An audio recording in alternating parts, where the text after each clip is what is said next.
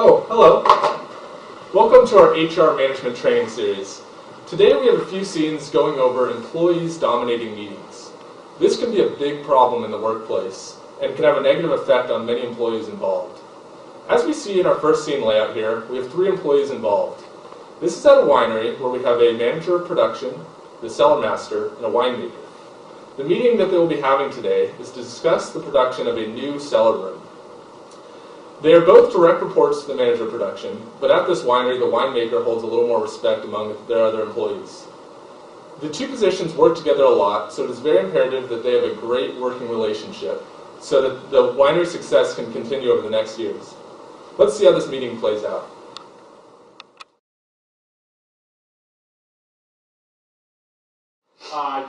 I wanted to go over this floor plan that we brainstormed last week for our new cellar. And so I came up with this, and I really wanted to invite you, April, the winemaker, and Cody, you, the cellar master, to kind of give me your 2 cents on this floor plan and kind of run me through, see if we're on the same page here. So, Cody, why don't you go ahead?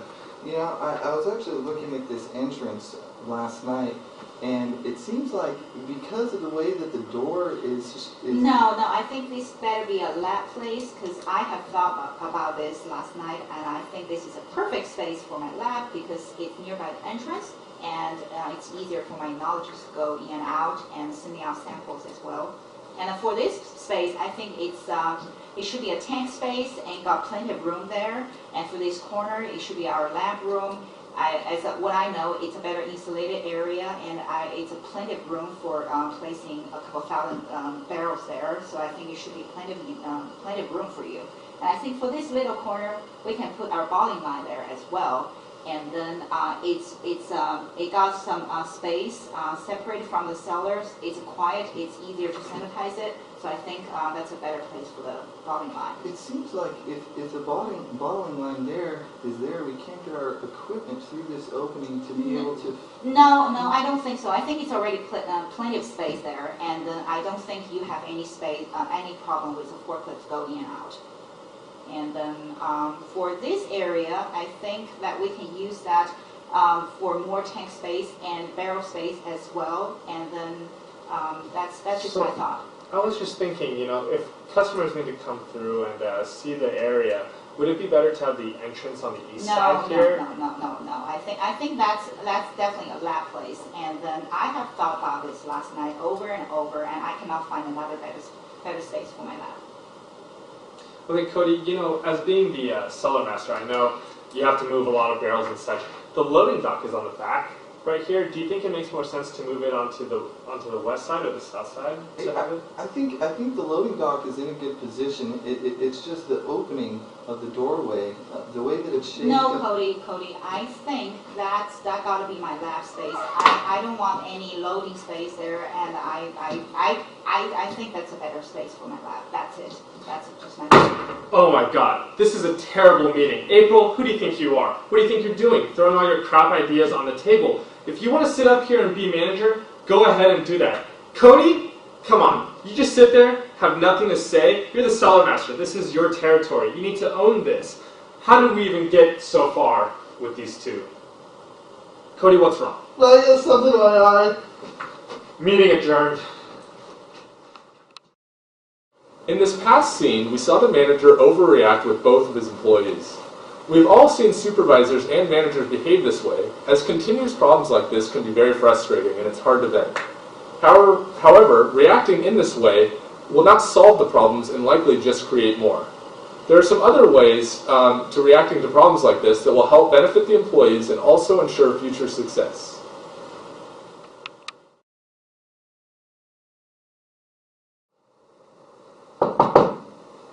Come in. Hi, April. Thank you for coming on such short notice here.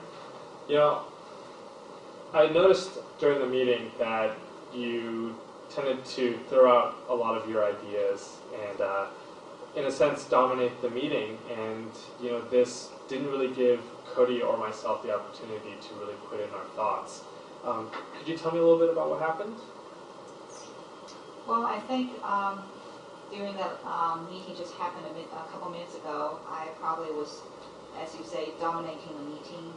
But the reason why I did that was I have put a lot of efforts in this brainstorming project. I have thought over nights and nights over about how we should just design the layout of this cellar. And then Cody, it's just sometimes it's a little bit hard for him to speak out his voices. So I think as a winemaker as well in this winery, I think my opinion is really important. I've been working in this company for a long time, and that's why I have a lot to say during the meeting. Thank you, and I greatly appreciate all of your thoughts. And it's true, I understand that Cody has a hard time, voicing his opinion, but in the end, he is our cellar master. And so the layout of this facility does have to do a lot with his work and his side of the winery. So, really having you two be on the same page is going to be very important to me and the winery in moving ideas forward. So, how do you think we can fix this problem? Well, I guess in the future, probably I should give more room and space for Cody to speak out his voices. And probably if I have anything I want to add, I probably should let him finish first, and I can speak after that. Great, thank you so much, April. This really helps me because, you and Cody are my two go-to people at the winery, the cellar master and the winemaker. I need you guys to be on the same page to build a great foundation for this winery and to really succeed at what we do. Moving on forward, let's try and implement this in our meetings, because this is our only time that we can really voice our opinions and get moving in the right direction. And of course, April, as you always know, my door is open for you. If you have any other concerns, please feel free to come find me anytime. Thank you again. Okay, thank you, Roy.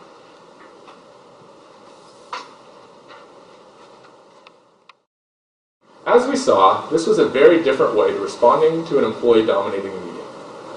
The keys here were using phrases like I rather than you, focusing on what they saw and observed rather than their opinions of the matter, and also to be constructive in recognizing the importance of the employees. This is a great improvement because the employee does not feel like they're being attacked, and rather will be more open and take part in solving the problem that is at hand.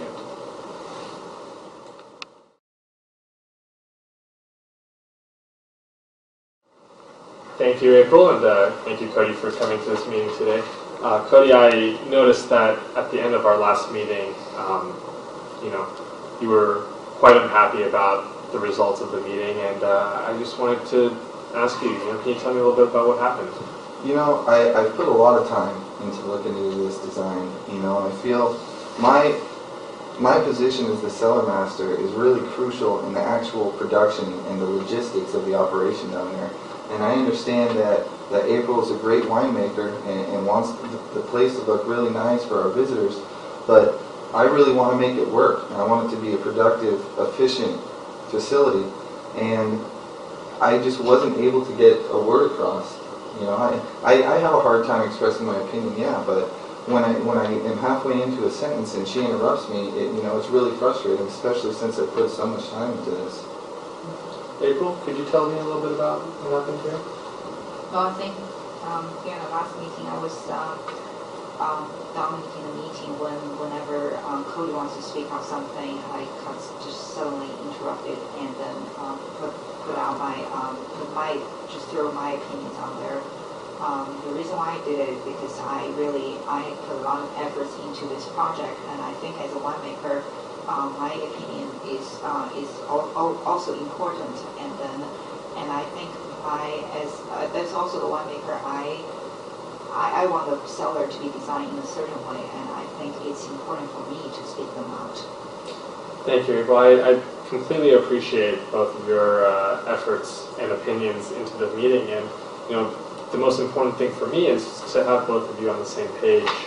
When you guys are not on the same page, arguments arise, and the agenda on the meeting is not met. So, Cody, moving on forward, what do you think we can do to resolve this problem? We've had the same problem with me and April in bigger meetings, and I think that if we used a round robin, giving everybody in the meeting an uninterrupted chance to speak, that that would both stop April from interrupting everybody, and also kind of force me and pressure me to give my opinion, which I do have problems with. April? Well, I think I should, in the future, I probably should, even though I have a lot of opinions to speak out, I probably should give some space for Cody or other people or room to let them speak out their opinions. And then if I have anything I want to add, I can just say that after everybody finished instead of interrupting them. Perfect, I appreciate it. I think moving forward, if we can implement these ideas, we can meet our agenda in our meetings and really go towards the right direction. The main reason why I have you two in this meeting is because you're my winemaker and you're the cellar master, the two big guys that I go to. I need you guys to be working on the same page because once you are, that builds a good foundation for our winery and success for all three of us moving forward. So let's try to work this out, and if you guys have any problems, my door is always open. So thank you again. Thank you. In this last scene, we saw a new technique being used. The manager used a similar style in identifying the problem and solutions, yet used both of the employees involved and facilitated the discussion. This is not to say that it is better than the previous method where he pulled the one employee aside, but can work well to get both of the employees that were involved behind the action of fixing the problem. In this case of an employee dominating the meetings, this problem directly affected the cellar master, and it seemed to be a good method to involve both of the employees in fixing the problem. That is all we have today on this subject matter, and we hope that you were able to take something away from this and to be able to use it in your next meeting where a very enthusiastic and possibly overbearing employee is taking over your meeting.